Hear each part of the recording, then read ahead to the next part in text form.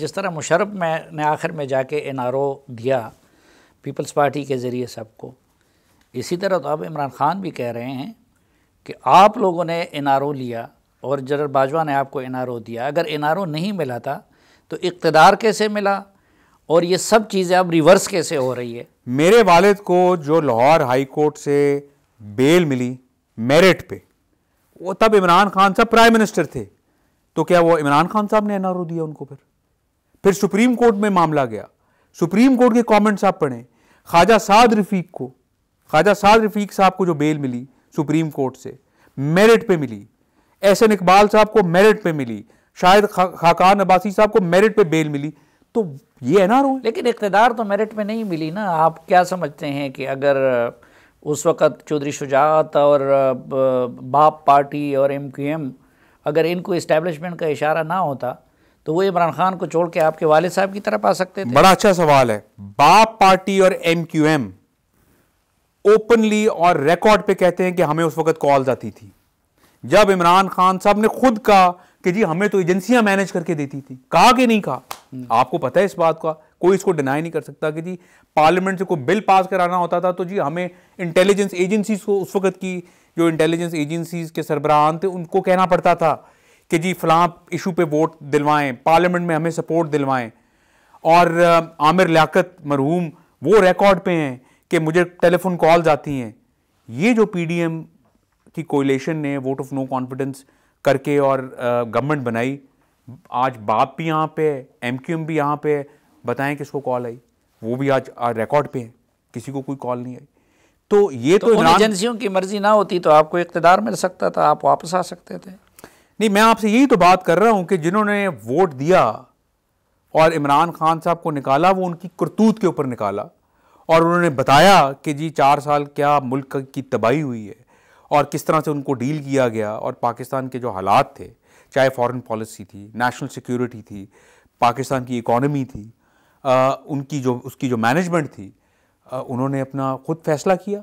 लेकिन बात यह है कि उस वक्त इमरान खान साहब भी और वो कोalition पार्टनर्स भी, यही कोalition पार्टनर्स कहते थे कि हमें कॉल्स आती, आज नहीं कहते। अच्छा, आज वो तो नहीं कहते, लेकिन एक चीज़ अब हम आपसे कहवाना चाहते ताकि ऑन रिकॉर्ड आ जाए कि कल फिर अगर हिसाब किताब हो तो आप ये ना कहें। इस वक्त आपके कारोबार की, रमज़ान शुगर मिल की क्या सूरत हाल है? क्या कारोबार है आपका? कितने एसेट्स हैं आपके?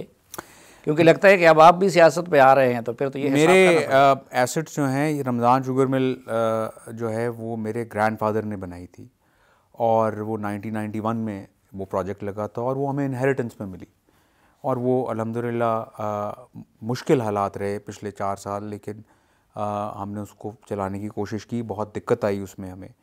तो एसेट्स वही हैं जो मैं छोड़ के गया था, वो वहीं अब आके इंशाल्लाह कोशिश करेंगे कि इसको इम्प्रूव करें। देखें, 2 तरीके हैं साफ़ी साहब। एक तरीका ये है कि आप कारोबार करें, पैसा कमाएं और सियासत पे पैसा लगता है, ख़र्चा होता है, आप पॉलिटिक्स करें। दूसरा तरीका ये है कि आप चोरियां करें, डाके मारें, करप्शन करें और अपनी पॉलिटिक्स को फंड करें। तीसरा तरीका है, जो लेटेस्ट तरीका है, वो तोशाखाना वाला तरीका है। यानी इमरान खान साहब, तोशाखाना से याद आया, घड़ी आपको किस शेख ने दी है और कौन सी घड़ी? ये जो घड़ी है ये मेरी वालदा ने मुझे गिफ्ट की है। ये चोरी की नहीं है और ये तोशाखाना की नहीं है। ये मेरी वालदा ने मुझे मेरी सालगिरह पे गिफ्ट की। किसी कतरी या सऊदी शेख के तो नहीं है? ये मेरी वालदा साहिबा ने मुझे तोहफे में दी थी, इसलिए मैं इसको बहुत शौक से पहनता हूँ। मैंने कभी खुद से कोई घड़ी आज तक नहीं खरीदी, कभी भी नहीं खरीदी।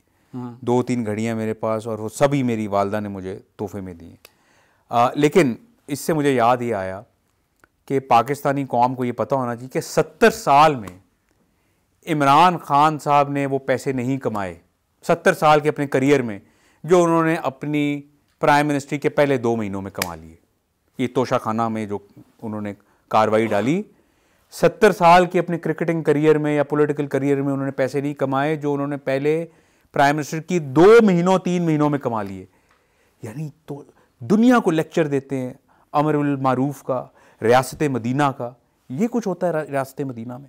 लेकिन आपके बड़ों ने भी 70 साल में वो ज़ुबान इस्तेमाल नहीं की जो आपने एक दिन में इस्तेमाल की, और आते ही आप जातियात पे उतर आए और सीता वाइट और इस तरह के इश्यूज़ को अदालत से, मैं तो सीता वाइट के इशू पे पर्सनल अटैक मैंने कोई नहीं किया, मैं तो बल्कि ये चीज़ें भी सामने लाया, ये मैंने की है।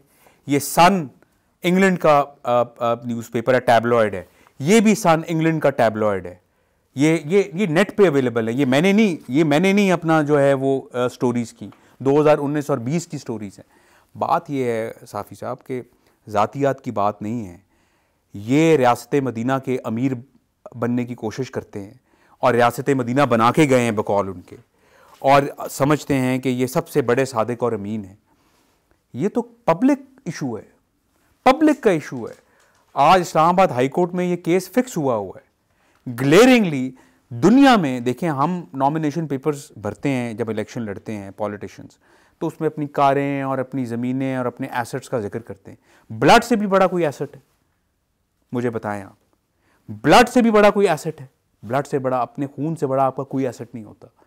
आप उसको छुपाएं, उसको मिस डिक्लेयर करें, तो ये तो पब्लिक इशू है। ये मेरा कोई बिल्कुल जाती इशू नहीं है हमारे। और ये इंग्लैंड में जिसकी मिसालें इमरान खान देते हैं, बोरिस जॉनसन पे ये सवाल आते हैं, जो उनका एक्स प्राइम मिनिस्टर है, उसको भी जवाब देना पड़ता है इन बातों का।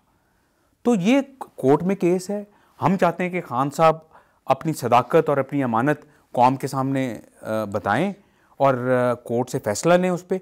कोई अच्छा, मैं अमूमन पर्सनल अटैक नहीं, ज़ातियात को अवॉइड करता हूँ, लेकिन आपने ब्लड की बात की तो आम तासुर ये है कि आपके ख़ानदान में भी असल में लड़ाई है कज़न्स की, और अभी आपके आने को भी इसका नाम दिया जा रहा है, ये शक्ल दी जा रही है कि आप पहले आए ताकि मियां नवाज शरीफ की वापसी की रास्ते में कोई रुकावट बन जाए। आपका पहले से इतना इशू बन जाएगा, आपको रिलीफ मिल जाएगा कि उनका आना लेट हो जाएगा या मुश्किल हो जाएगा। नहीं, कतन ऐसी कोई बात नहीं है। मैं मियां नवाज शरीफ साहब से इजाज़त लेके आया, उनकी परमिशन लेके आया, और बड़े भारी दिल से आया, क्योंकि 4 साल मैं दिन रात उनके साथ रहा और उन्होंने मेरे साथ बड़ी शफ़क़त की, बहुत शफ़क़त की, और वो बड़े उम्दा और बड़े इंसान हैं। तो ये बिल्कुल मिसकंसेप्शन है। मैं, अगर वो मुझे इजाज़त ना देते तो मैं कभी लंदन से कदम भी बाहर ना रखता। आप उनकी इजाज़त से आए तो वो खुद क्यों नहीं आए? वो आ रहे हैं इंशाल्लाह। वो बिल्कुल, और उनका भी मेरा मामला छोटे लेवल पे, 3 टाइम प्राइम मिनिस्टर, जिसने पाकिस्तान को जितनी डेवलपमेंट 70 साल में मियां नवाज शरीफ के दौर में हुई एज प्राइम मिनिस्टर, किसी के दौर में नहीं हुई। और आप ये देखें कि 2-2 साल, यानी 2-2 ढाई साल के उनके टेन्योर से, और जो 2013 का जो तीसरा टेन्योर था वो भी वो पूरा ना कर सके। लेकिन आप नज़र दौड़ा के देखें, पूरे पाकिस्तान में इंफ्रास्ट्रक्चर, एनर्जी, इकोनॉमिक जोन्स, जो आपको मेजर इंफ्रास्ट्रक्चर प्रोजेक्ट मिलेगा, उसके ऊपर मियां नवाज शरीफ के फिंगरप्रिंट्स हैं और उनकी तख्तियां लगी। और अपनी जगह पे, लेकिन उनकी वापसी भी जो है ना, नहीं, एक मिनट, तहलील का मसला, एक मिनट आसाफी साहब, और क्लीन प्रोजेक्ट्स। इमरान खान ने कहा कि मैं इनके सड़कों की मैं इंक्वायरी बिठाऊंगा, मैं सीपैक की इंक्वायरी बिठाऊंगा, मैं ऑरेंज लाइन को इन्वेस्टिगेट करूंगा, मैं फलां करूंगा। एक पेनी की करप्शन किसी पब्लिक सेक्टर प्रोजेक्ट की, मियां शहबाज शरीफ साहब चीफ मिनिस्टर, बड़े मियां साहब प्राइम मिनिस्टर, एक प्रोजेक्ट आप मुझे आज बताएं इसने साबित किया हो कि इसमें किकबैक, करप्शन और, लेकिन उनकी वापसी भी पंजाब और पुख्तनख्वा असम्बली की तहलील जैसा बन गया है कि इमरान खान कहते हैं आज तोड़ रहा हूँ, कल तोड़ूंगा, ये करूँगा। तो अगर ऐसा है, आपको यहाँ पे भेज रहे थे, तो वो मियाँ साहब खुद क्यों नहीं आए? तो मियाँ साहब जो हैं वो जेन्युइनली अपने ट्रीटमेंट के लिए गए, और अब अल्हम्दुलिल्लाह वो वापसी के लिए बिल्कुल तैयार हैं, और उनकी हमारी पार्टी में डिलिब्रेशन हो रही है, और बहुत जल्द पार्टी इंशाल्लाह डेट फाइनलाइज करेगी और वो पाकिस्तान आने के लिए बिल्कुल तैयार है। लेकिन मैं एक बात, ट्रीटमेंट मुकम्मल हो गई? एक मिनट, नहीं, ट्रीटमेंट मुकम्मल हो गई है अल्हम्दुलिल्लाह, वो पहले से बहुत बेहतर हैं। उनके इश्यूज हैं, एज भी उनकी हो गई है, और वो पाकिस्तान से, और उन्होंने तो कब, दिसंबर, जनवरी, देखें जब उनके वालिद यानी मेरे दादा वफात पाए, उनकी डेड बॉडी पाकिस्तान आई, मियां नवाज शरीफ साहब और मेरे वालिद और चचा नहीं आ सके, मुशर्रफ साहब की गवर्नमेंट थी। अब उनकी वालदा की वफ़ात हुई, उनकी डेड बॉडी आई, वो पाकिस्तान उनको कंधा नहीं दे सके, तदफीन नहीं कर सके। उनकी बेगम की साहिबा की डेथ हुई जब वो जेल में बंद थे, उन्होंने बहुत कुर्बानी दी है और बड़े सेक्रीफाइस किए। इन सब ये बड़ी बड़ी तक देखें, फाइनेंशियल लॉस, वो सब हिस्ट्री लोगों को मालूम सर, फाइनेंशियल लॉस जो है वो शायद पूरा हो सकता है, इस किस्म के जो जख्म है उनको भरने में बड़ा टाइम लगता है। वो कब आ रहे हैं? दिसंबर में आ रहे हैं, जनवरी में आ रहे हैं, फरवरी में आ रहे हैं, कब आ रहे हैं?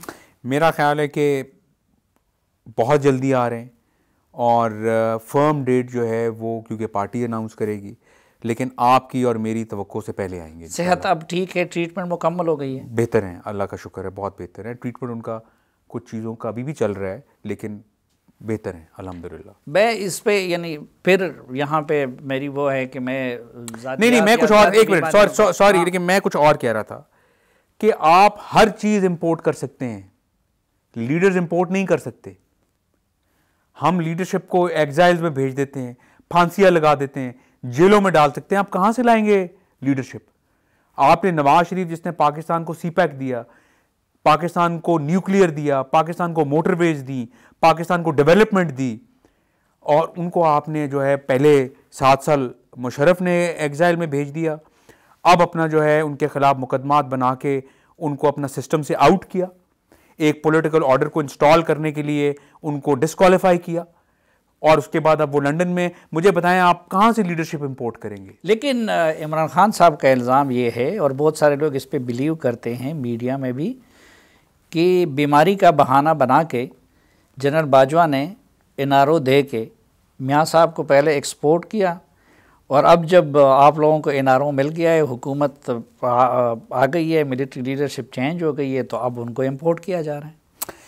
नहीं, मेरा ख्याल है कि ये बिल्कुल गलत बात है, और मियाँ नवाज शरीफ साहब का जेन्युइन जो था इशू था हेल्थ का, वो जेल में थे और सीरियस इमरजेंसी सिचुएशन डेवलप हो गई थी और उनका जाना जो था ज़रूरी था। और पंजाब में इमरान खान साहब की गवर्नमेंट थी, फेडरल में उनकी गवर्नमेंट थी, इंटेलिजेंस एजेंसीज बकौल उनके अंगूठे के नीचे थी, तो उन्हीं के बोर्ड बने, अपना सरकारी अस्पतालों के डॉक्टर्स थे, उन्हीं की रिकमेंडेशन थी, कोर्ट में अपना जो है वो मामला गया और वो लंदन इलाज के लिए गए। तो ये कहना कि उस वक्त तो वो कहते थे कि जी हर चीज़ मेरे पूछे बगैर होती है, मैं डिक्टेशन नहीं लेता, हर चीज़ मेरी मर्ज़ी से होती है। मैंने अभी आपको क्लिप्स दिखाए, मैं आपको और भी दिखा सकता हूँ।